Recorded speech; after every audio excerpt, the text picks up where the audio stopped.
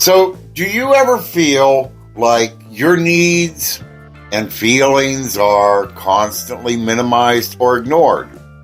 Do you walk on eggshells around somebody close to you, afraid of their reactions? These could be signs that you're living with a narcissist. Absolutely. And it can be confusing and emotionally draining experience. And we're going to take a look at this. So let's get started.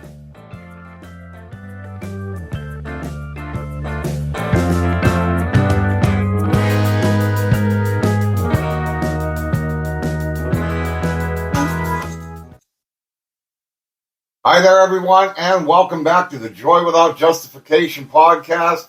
We are your one-stop spot for finding peace, purpose, and presence. No explanation is needed. I'm your host, Denny. And I'm your co-host, Dan. Today's topic is a tough one, but it's an important one. Living with a narcissist. Yeah. And this is a subject that I am very familiar with. I was in a relationship that involved being around somebody that was a narcissist. As always, in those types of relationships, there's always that beginning where everything is just perfect and wonderful. And then I started seeing the dark side, which came more out when that person was drinking. Yes. I wasn't allowed to have an Android phone. I had to have like a BlackBerry phone because if I had an Android phone, then I was allowed to play games on it or be surfing on social media. But he could have whatever kind of phone he wanted to have. I wasn't allowed on my computer, except to go on real quick, look at Facebook, log off, and then I walked away. I could not be sitting there all day, but yet he was in the computer room constantly on his computer. Anything I said or did was put down, belittled. I had to work 2 jobs in his mind to save money, even though I had money in my account. I don't know what the problem was. But he could work only 1 job, maybe, depending upon whether he wanted to do it or not. When he'd get drunk, he would beat the shit out of me. He got so drunk one night at a Chinese auction we went to for a family that he was a foster kid to. And apparently somebody that he had cheated on me with was at that auction. I didn't see the person, but in his mind, I did. We were driving home. Yes, inebriated. He was reaching over to open the passenger door and telling me to get out while the vehicle was moving. Oh my God. And he was going to let me walk home from on the other side of Punxsutawney to Mayport, Pennsylvania. We got home. We went to our separate bedrooms. Because it had gotten to that point that I wasn't even allowed to sleep in the bed with him. Yet he was still letting me think we were in a relationship. He came in my room thinking I said something, started beating the shit out of me, blackened my eyes, pushed me out of the bed, slamming my head into my nightstand. Oh my God. To the point where I had had enough. I went downstairs, called my sister. He took the phone out of my hands. She called the cops and had them come to our house. When they came, they took our stories and they asked me what I wanted to do. And I said I couldn't stay here that night. I couldn't. I didn't feel safe. They took me to a local hotel, which I, of course, had to pay for and everything. And then a friend of ours, I called him in the morning, let him know what happened. He came and picked me up and took me back to the house. There was no talking between us when I came back in the house. It was later agreed upon between both of us that I needed to move and find a new place to live. Wow. But even then, I mean, in my opinion, if the person you were supposed to be in a relationship with tells you to move to another place, I sort of took it that I was free. I was no longer in that relationship. He would keep showing up at my house. Just for sex.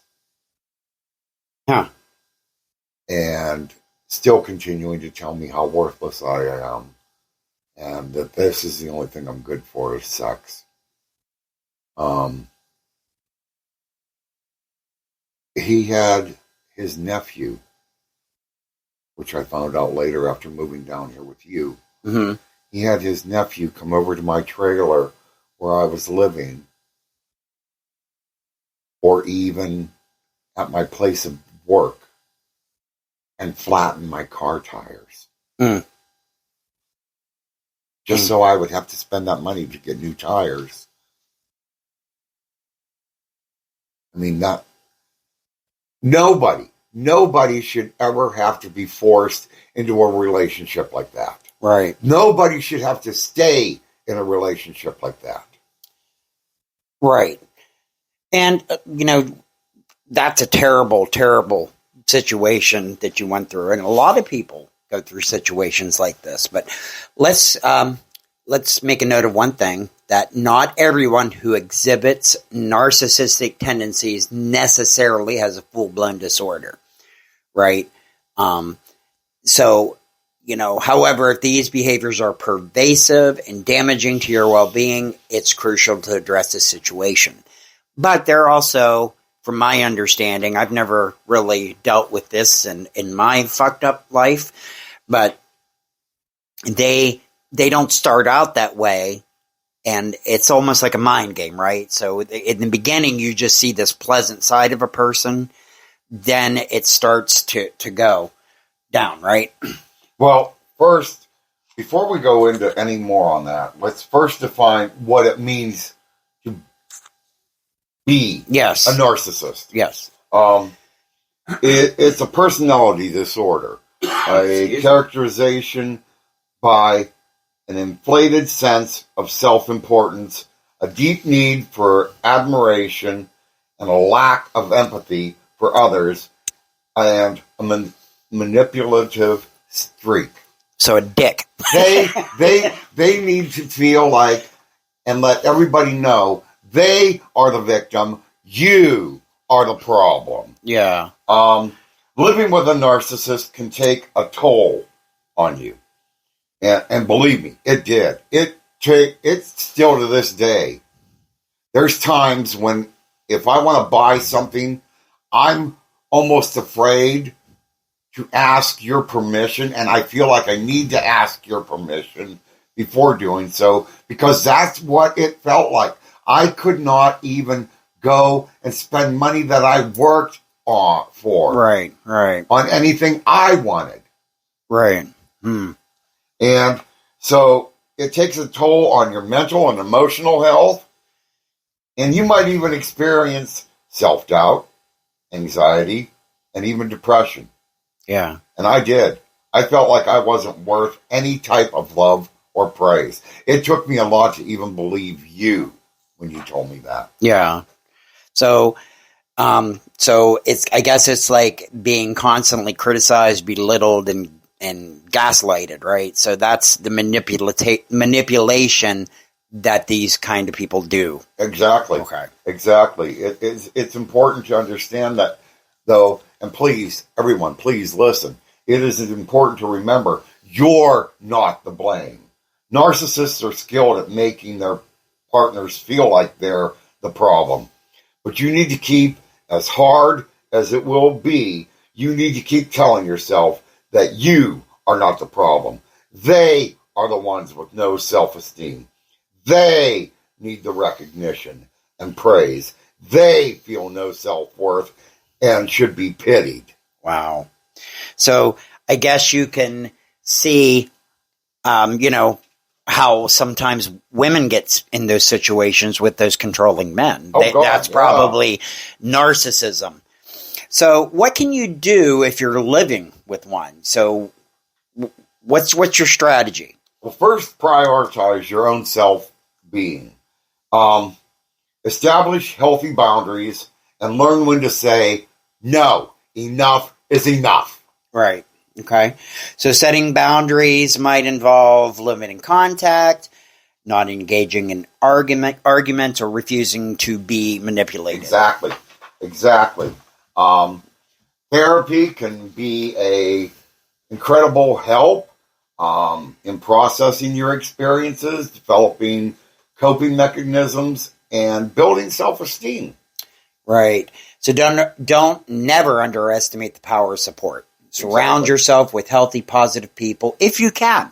And that's because don't narcissists kind of take and want you to be around who they want you to be around, and because they're not going to want you clued in that they're manipulating. He didn't want me around anybody. So, what advice do you give to someone whose partner is controlling them that way?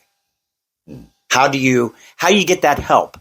How do you reach out when you're feeling like you're the blame? How do you reach out and get the support you need? I talked to friends. I talked to friends at work. I talked to co-workers. I talked to my boss even at work about this. Okay. And they were all very helpful, very supportive. There was that guy that I said, the friend that picked me up at the hotel and took me home.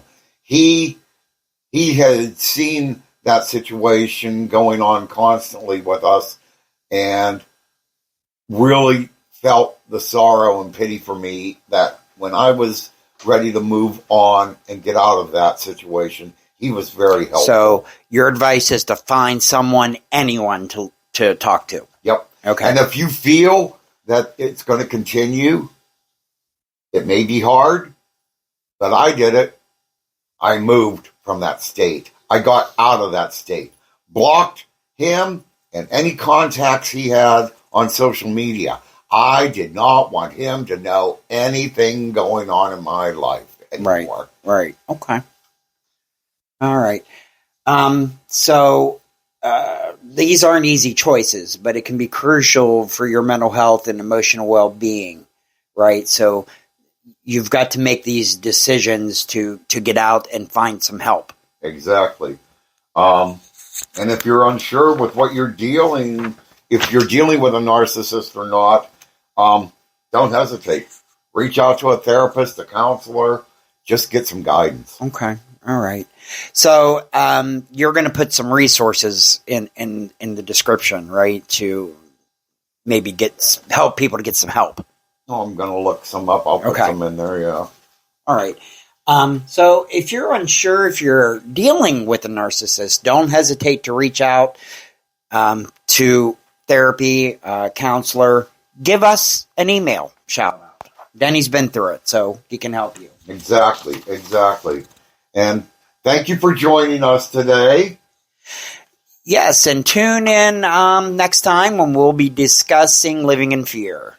So until then, remember, you are strong, you are worthy, and you deserve to live a life free of manipulation. Stay positive, stay joyful, and go out there and enjoy life. Take care of yourselves. Peace out.